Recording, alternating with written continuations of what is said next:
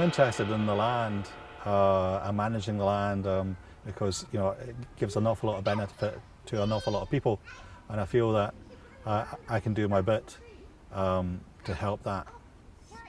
It's a challenge. The good news is that there is policies more and more, and one of the things my learning curve was there's an awful lot of policies safeguarding places like this, getting kids to do just what we've been seeing on the right there. The hard part now is getting the council to follow that policy, because it costs money. And council, number one, they arrive in the morning and it's like, the budget's cut, so that's your challenge. This doesn't pay. So, and those policies don't pay, they cost.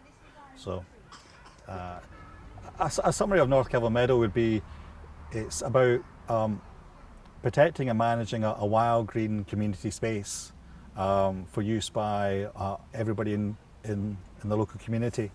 And we really sort of focus on that wild element rather than a manicured garden where you maybe get it in other parts of Glasgow.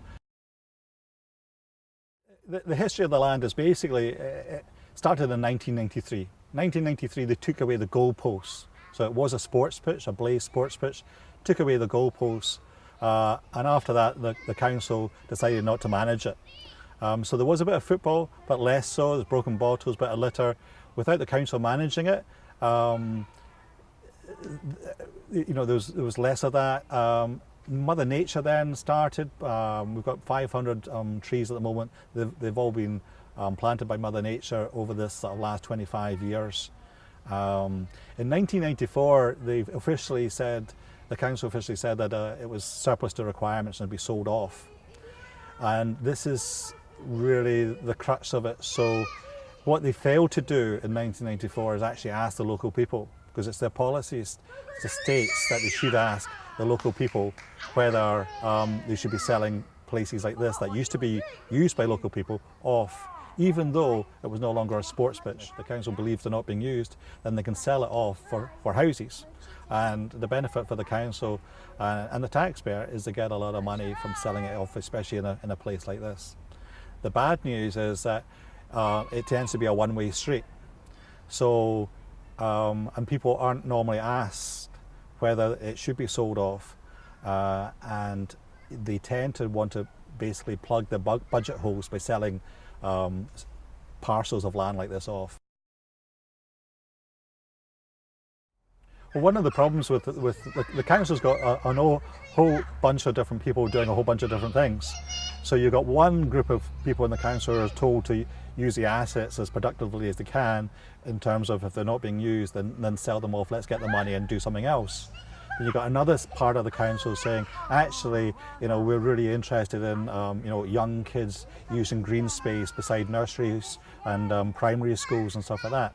So, but it's marrying those and getting them in and having the one conversation together.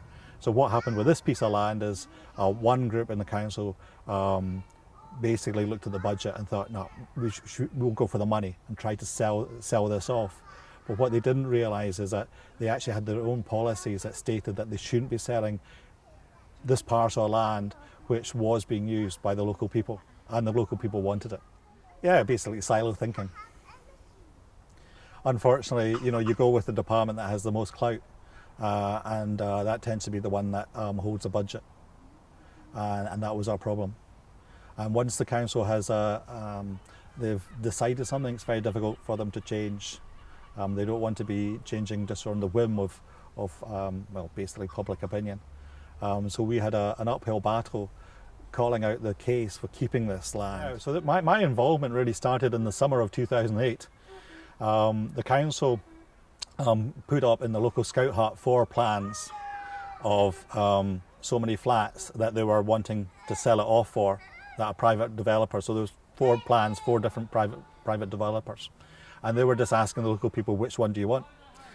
And we didn't know each other back then. There was no much of a community at all, and I just looked at people's, and their heads were down, and this had been wrangling on for many years, and I just thought, I don't think the council actually understands that the local people probably don't want it. But maybe that's my own view. So I come from a business background, and I thought, well, I'll go around the local people, get a questionnaire. It'll be auditable, you know. I'll get the names and addresses and, you know, their emails and stuff like that. So it's not me making up the results. Put it on an Excel spreadsheet. I'll send it off to the council. So Saturday afternoon, for a couple of Saturday afternoons, went round. Everybody surrounding this whole land, and I asked them, and everybody that came back, it was about 100% came back. It was about, I don't know, it was about 90 something like replies or something like that. It's quite a lot, and they all said they didn't want it sold off to private property developer. And so I thought, oh, that's fine. I'll send it to the council. And this is where things went. The carriage went off the rails, because the council said, well, we're going to sell it off anyway. And at that point, I thought there's something wrong here. I was expecting that would be my job, just to give the results to the council. The council would then take that on board, and then. But for them to say that they were going to do it anyway, so I then went back to those people. Because I had their email addresses, and that's very, very important if you're ever doing a campaign, to actually make sure you can contact the people that has given you, you know, things like a survey. And I just went back and said, well, you should know two things. One, what everybody else voted for, which is you've all voted the same. And two, what the council's wanting to build on it. So what do you want to do? And they said, well, let's start managing the land. Let's, you know, pick up the litter. Let's start, you know, using it for, you know, our kids, etc. Yeah, getting people involved in something like this is, to start with, it can be quite difficult, because most people aren't maybe brought up or live their life picking up litter. They expect the council to do that. They don't expect to manage public land. They expect the council to do that. So it's actually, and everybody's got busy lives, you know. So to get people out and physically sort of, you know, a week after week after week, and for us, year after year after year, is quite difficult. But you have to have something that people really want, and we do, which is the good news. And they can see they want to actually be involved in the local area. They don't have, for many people, they have a lack of, they feel they have a lack of community, especially in a city environment like we are in at the moment. And they wanted to sort of touch base and put something back into the local community, which is where this type of place, you know, fulfills. When you're running a group or a campaign managing land like this, you have to sort of go with, when you meet people, they have their own forte, they have their own interests. So maybe someone's interested in birds, you know, try to get them running with birds. And if they're the roles you often don't get are the treasury roles and the admin roles. They're difficult to fulfill. Most people want to actually physically do something. The good news is once you're up and running, you don't need too much help and all that. For most people, what they like to do is just come on the land and have a bit of a footprint on the land. So maybe have a raised bed. It's maybe only 6 foot by 3 foot. But they can come down there. It's an excuse for the family to come down and see how their carrots are getting on. And at that point, they might pick up a bit of litter, or they might do this or that. And then my job is to try and get them a wee bit more. So if they've got they know about marketing or something, or web development, then we can get them interested in managing the website and things like that. But the good news with this type of thing is there's a whole variety of different roles in it. And the trick is just to try to capture the people and keep them interested, so you've got that, that resource, But when you're doing it year in, year out, it's a challenge, and all community groups will face that challenge. With land like this, there's always going to be a challenge keeping it.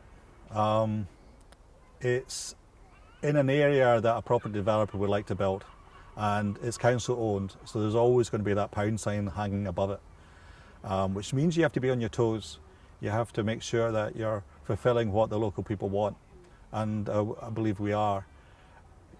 In the long term, I think what we would like would be a lease from the council, where a community group can come along, and it would be council land, and we would manage it on behalf of the council.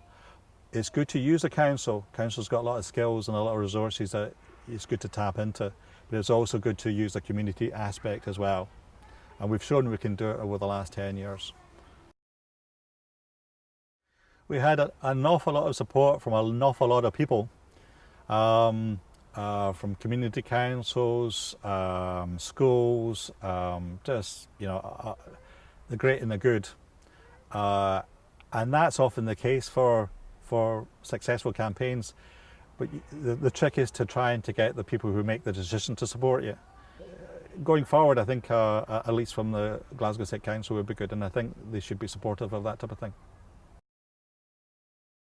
Yeah, I mean, the dynamic of the group has changed. One of the challenges with any community group is actually keeping people on board. And when you go from a campaign to basically just managing a land, you've got a different set of skill sets and people's interests as well. And that's the trick, is to try to keep people in the long term. And sometimes you have to sort of look elsewhere for support to manage the land when you're no longer really so much of a campaign. But there will always be an element of campaigning for the land. I mean, if you even look at things like Botanic Gardens, which is just up the street there, it wasn't that long ago before, when they were faced with a nightclub being built into Botanic Gardens, in the underground part of that. So there's always, every park, every place, every green part in Glasgow has to watch out for itself and has to make sure it's okay. And that's not a bad thing, it just means you have to be on your toes and giving people what they want, and making sure you're true to what you said when you said you wanted to protect it. The funding, North Kelvin Meadows had very, very little funding. And it hadn't need funding because we only use volunteers. We don't pay people. And that really means that you're only really needing to have money for spades and some flowers and things like that. One of the learning curves is that maybe we should have got more funding when over the years. That would have probably made it easier. You can go down the road of the paid route, where instead of you get volunteers, you can get volunteers, but you get paid people to manage those volunteers. The North Kelvin Meadow tends to only want to do volunteers, but there is an element or an option of just going down the paid route, and where you get a lot of funding, you get paid people coming in, and then they put on events which volunteers do. And the Children's Wood, for example, uses that format, and that can be very successful. I think at the beginning we were really just wanting to protect this area, this land, as the meadow and the wood. But what we have seen is that what we've been trying to do, protect it, has filtered into the rest of society. And now Glasgow City Council is using the word meadow, for example.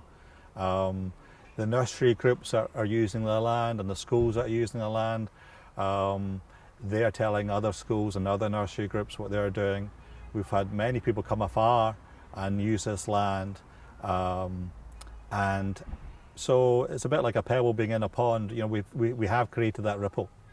The legacy, it's somewhere where you can go and actually see it happening. So there's loads of policies and green spaces and community doing things and stuff like that, and kids groups. But you can actually come here and see a mud kitchen. You can come here and see a beehive. So you can see how it all works out, and it's not a garden. It's not a manicured sort of city park. That's not our forte. Our forte is really trying to keep it wild, and you can see how that actually works. For a lot of people who think, well, how can that ever work in a city? Surely you must have paths and tarmac, and otherwise how would people go anywhere? And well, come on, you can see it working here. People can go anywhere, but it works, and we still have the flowers, and we still have the vegetation and all that type of stuff that people love. So personally, my advice, if we were starting again, is try to find these pieces of land, these parcels of land, before the developer gets involved. Once the developer has got involved, then it's a big pound sign, and you're always going to be up an uphill battle. There is a lot of areas, especially like this around Glasgow, that the council might think are derelict, but the local people are using. Don't wait until the developer wants to actually build, houses on it. Get in there, clean it up, and sit down with the council. At some point you're going to have to, they're not the enemy. Get to know them, get onto your community council, but try to sort of manage it. It's not illegal to go on and do some good on a council piece of land, And so try to get on those lands before the developers get a toehold into it.